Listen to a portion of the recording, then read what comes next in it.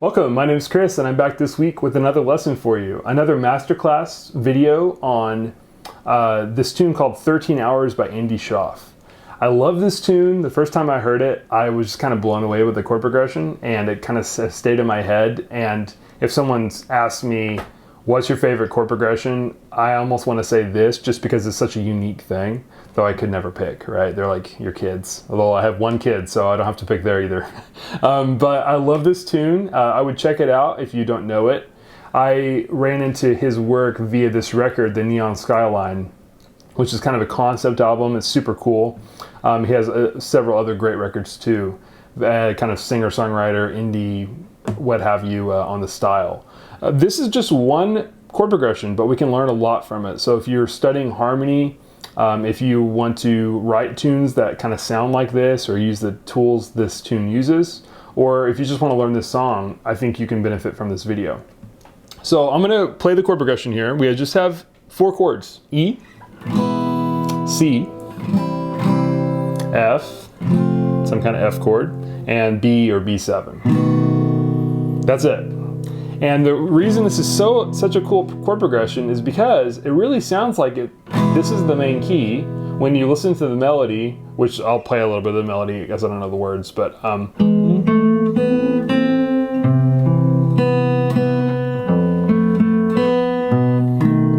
of sounds like that.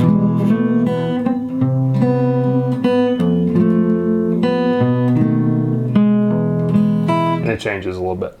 But hopefully you can kind of see, I don't know, if you've played any guitar, you'll know that these chords don't typically go together.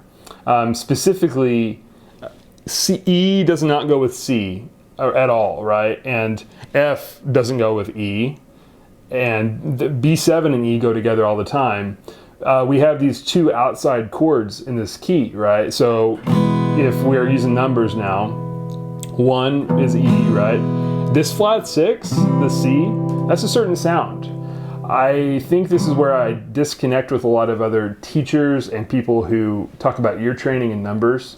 Sometimes they don't see the utility of talking about outside of the key chords, non-diatonic, right? So the flat 6 and flat 2 and these other chords we'll look at. I think it's really useful because this is a certain sound. I often hear the flat 6, the most common in our music and like Western music, is kind of like a cliche tag to a lot of like patriotic music or big orchestral or fanfare kind of music, right? Where you hear, let's say you hear flat 6, flat 7, 1. Video game music uses that, right? There's these kind of like little like cliches that can be great when handled correctly or whatever, when you're not using it as a cliche. So we have this E to C, and immediately that's like taking us off course, right? And it's kind of cool. And then C to F, this F, the flat 2, this is a pretty dissonant chord. It's not dissonant, but it's outside of the key, right? It's a half step above 1. I am reminded by like, this reminds me of like Radiohead, right? Like the Pyramid song, I think uses this kind of harmony. Right, 1, flats 2, back to 1, right? And then the flat 2 goes to 5, a tritone away, F to B, and this somehow works. It just really draws your ear in, it draws mine in. And there's a couple of reasons why this works. I would point to first, realizing that C and F they do go together a lot, right? C and F in the key of C is 1 and 4. So it's almost like you have this like little, I wouldn't call it a key change by any means, but there's a kind of that inner gravity and inner structure there. So we have 1, right? 1 or flat 6, flat 2, back to this 5, which takes us right back into E, right? It's just such a cool progression. Another thing you could point out is the common notes here. So if I just keep the E on top, kind of as a little guide for my ear, right? So I can have E. So that's a common tone between the E is in C is an E major as well. It's not an F, but it's an F major 7. And I think they play this F. I think it's more of a kind of a bar, but I really dig that E kind of works there too. And now on the B, that E really wants to go and kind of resolve, or it's kind of the opposite of resolution, but I kind of hear it instead of this. So if I kept the E on every one of them, let's just compare with our ears.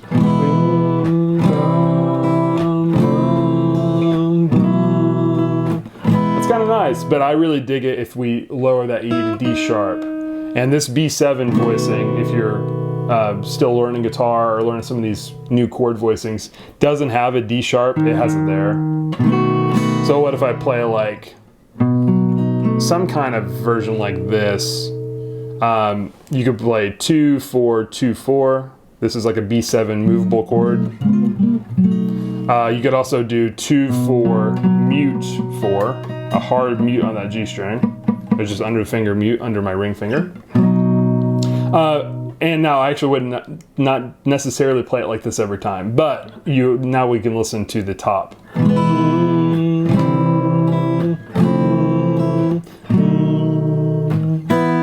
Right? But this chord progression just like kept me coming back. It's like living in my head all the time. So it's been a little bit since I've heard this song, but I listened to it just to teach this song. And it's just as alluring, right? So I would check out, I'll link to a performance of this tune on Key AXP, which is really good.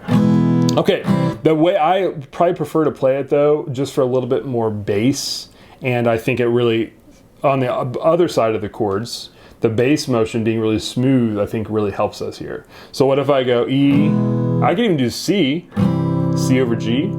That's in my Key of G Part 1 video. I talk about how much I love this chord, and I kind of like that. It keeps our bass really full. And then this F, you can do an F in the bass via bar chord or thumb. And then this B7, why don't we play B7 kind of normal, but I'm gonna add the F sharp in the bass. So I could get like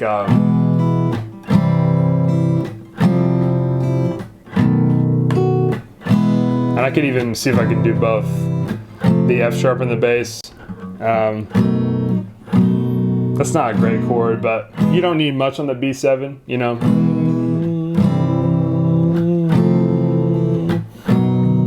I dig that though. I dig the F sharp in there, and also that D sharp.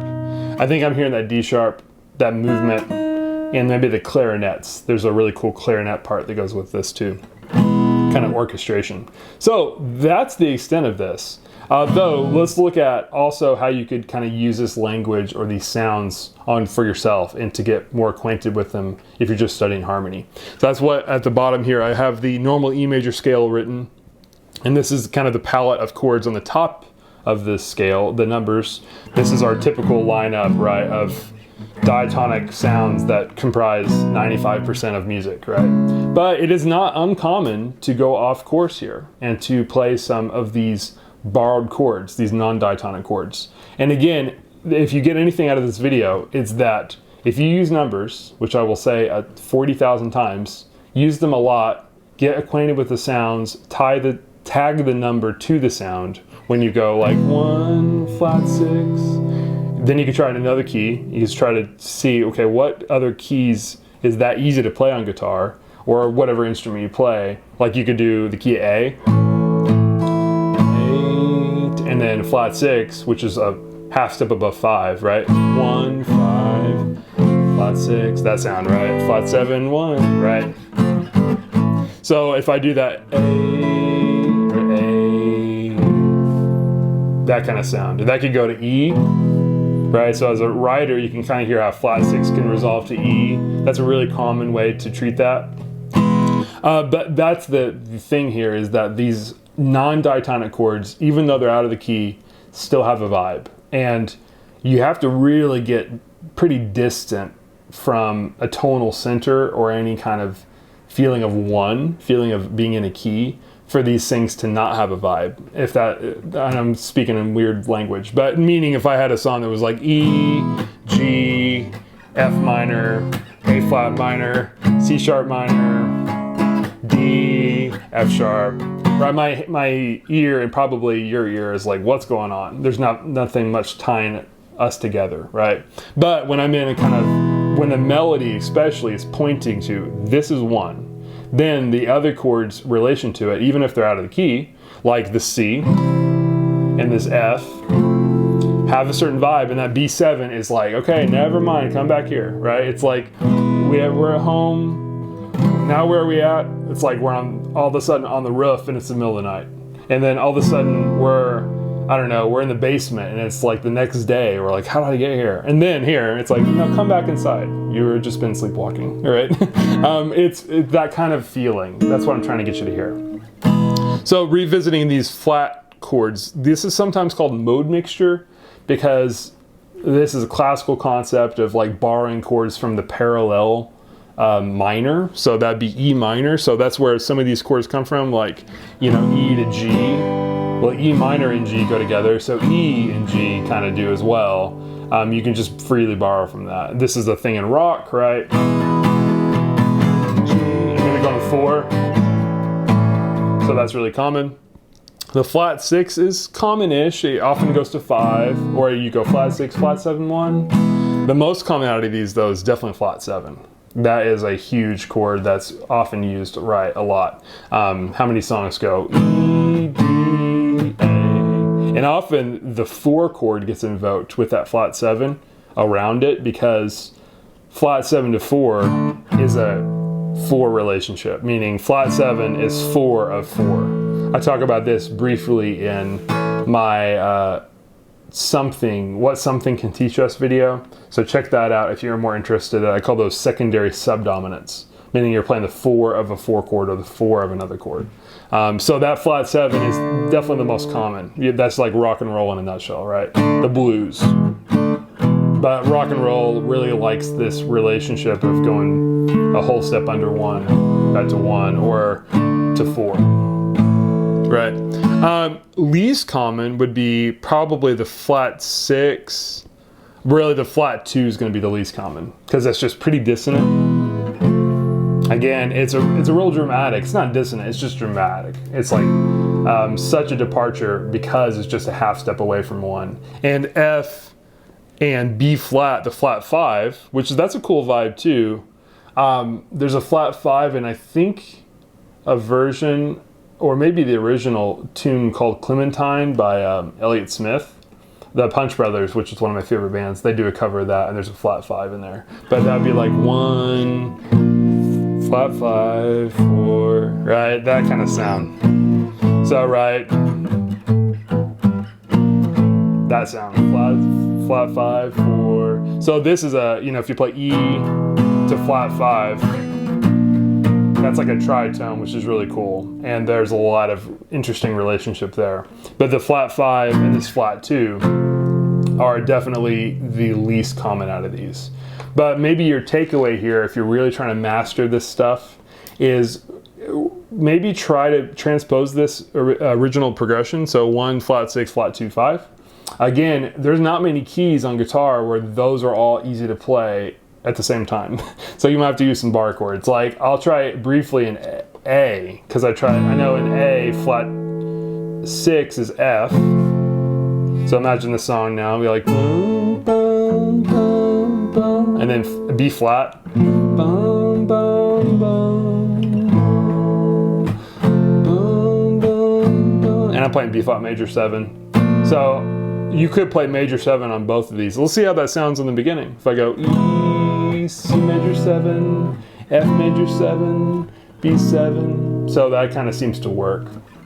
Some of those common notes are, they are the 7, right? The E, in that case of F major. So it is really good to practice this outside of the box stuff, because again, this is a sound, right? When I hear in a song, I'll try this in G real quick. I'll do one more example. So let's try the same progression in G.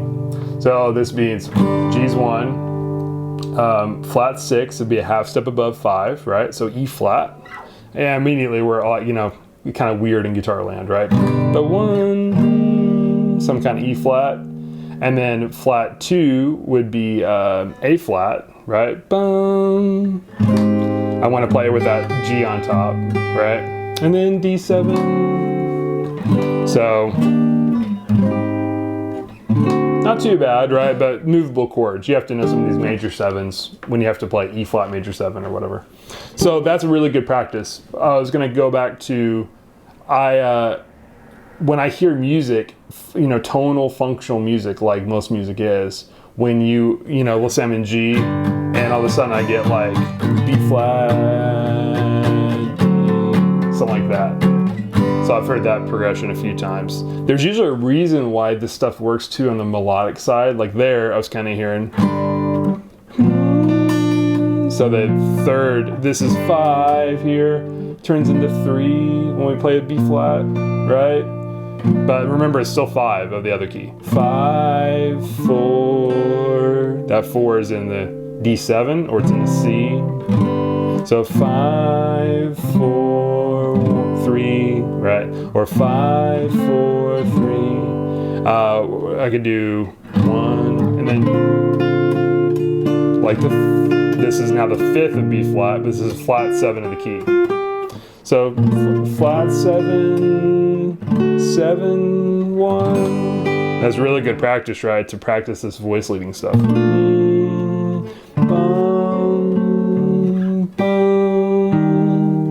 Fake out, right? Flat 6. And then, of course, you have to, win the level. That always sounds like that to me, like a Mario level ending sound. Or it sounds like patriotic tag, right? Bum, ba, doo, dun, dun. It just has like a really like fanfare kind of sound.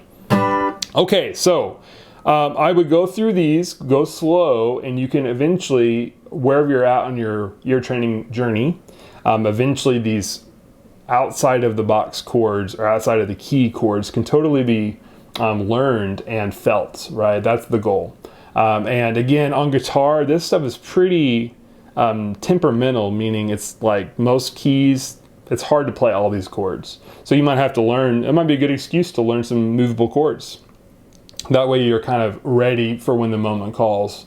But additionally, the whole reason I do this masterclass series on songs that I love is because this is how we apply harmony. We have to have this kind of ability to, whenever we learn anything, if you're in like studying as a music major in school, or if you're just a hobby musician, you just like learning about stuff, you're curious, you have to have the ability to like introspect into whatever you're listening to, what moves you, right? Like, so this progression like really moved me as a just listener, and I wasn't initially aware of the chord progression, though I could kind of quickly hear it by like peering in and feeling, okay, this is 1, flat 6, flat 2, 5, and it's partial bass tracking like that. It's also partially, really the main thing is like feeling this flat 6 and just really knowing that feeling. That's a certain feeling. Flat 6, minor 4, 1. So there's lots of ways these connect. And you can also take this idea when you start to get a little bit more exploratory with it without the song. What I just did there, like I played A minor, and that's a minor 4. That's also off this path, right? Off, that's not in the key. That's when we can take, some of the 2, 3, or 6 minor chords and make them major, and they might turn into secondary dominants. Which means there'd be like a 5 chord to another chord, the chord after. Or you can make 1, 4, or 5 minor, right? Which is a whole other thing. 7 doesn't get a bunch of treatment. It sometimes gets, it might be out, going out of the key. Like sometimes that, like in the key of C, if I have B minor 7 flat 5 or some kind of diminished, that might go to E7, which goes to A minor. So that could kind of be 2, 5, 1 or something if you're a jazzer. But anyways, like really leaning into this stuff and realizing that the system of harmony is so prevalent and so deep in our ears that these things all really do have a feeling.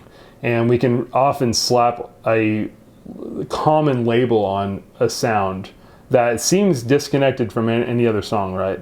But when you start using numbers, it's like you're practicing every song, right? We're practicing not just like one sandwich, making one sandwich. I might go to cooking all the time for my analogies, but every kind of sandwich, right? That's the path, is to realize that this stuff is all the same sounds.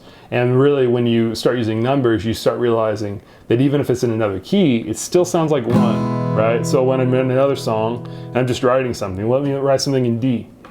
just random, and I'll leave you with this here. Let's just wrap up with this, but some exploratory stuff. See if you can play some of these sounds with me. So what if I'm going D, this chill song here.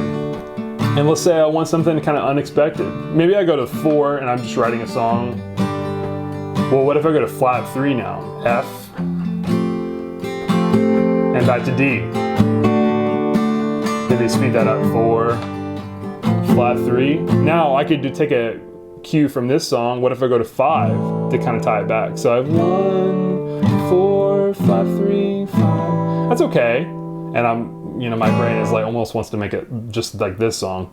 But what if I go 1, and then let's say we go to flat 7, and then I go to flat 3,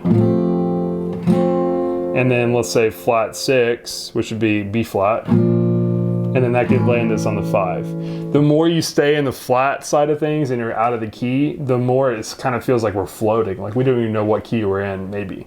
It might not be that extreme. And of course, this is always give and take. When you're like a writer, you don't want to, you're probably not trying to send the listener off into space / turning off your music because it's like hard to follow or emotionally hard to follow. So we're trying to like have some surprising elements here. And surprising for us too, right? Like, instead of feeling like I have to play a song that's like D, G, and A, what can I do that's a little bit more interesting? And quickly, like an inner kind of, an inner sense or justification kind of, I don't know, emerges, right? So if I go, let's say I'm finger picking or making up a more part, I could go like,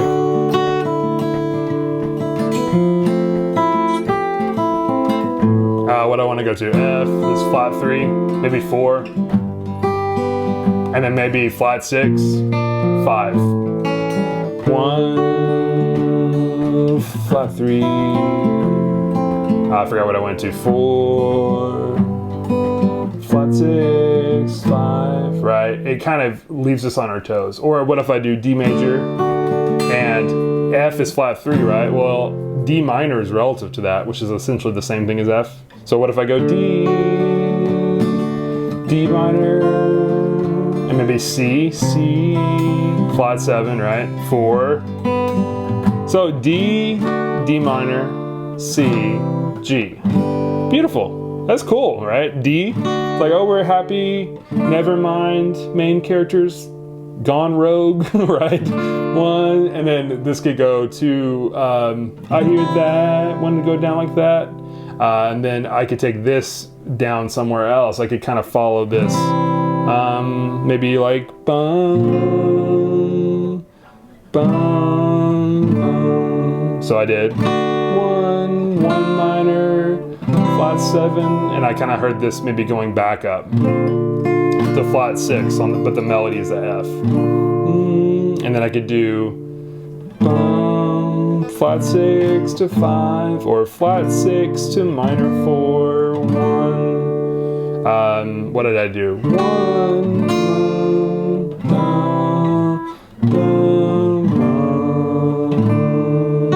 right? Really surprising.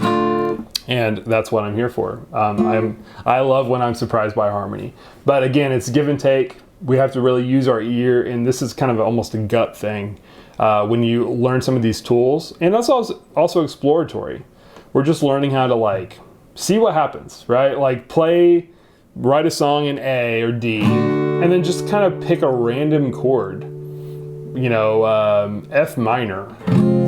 That's a huge change, right? Because D has F sharp minor, but this F minor might lead me to something that really works, right? And if you feel it, it works, right? That's the thing here.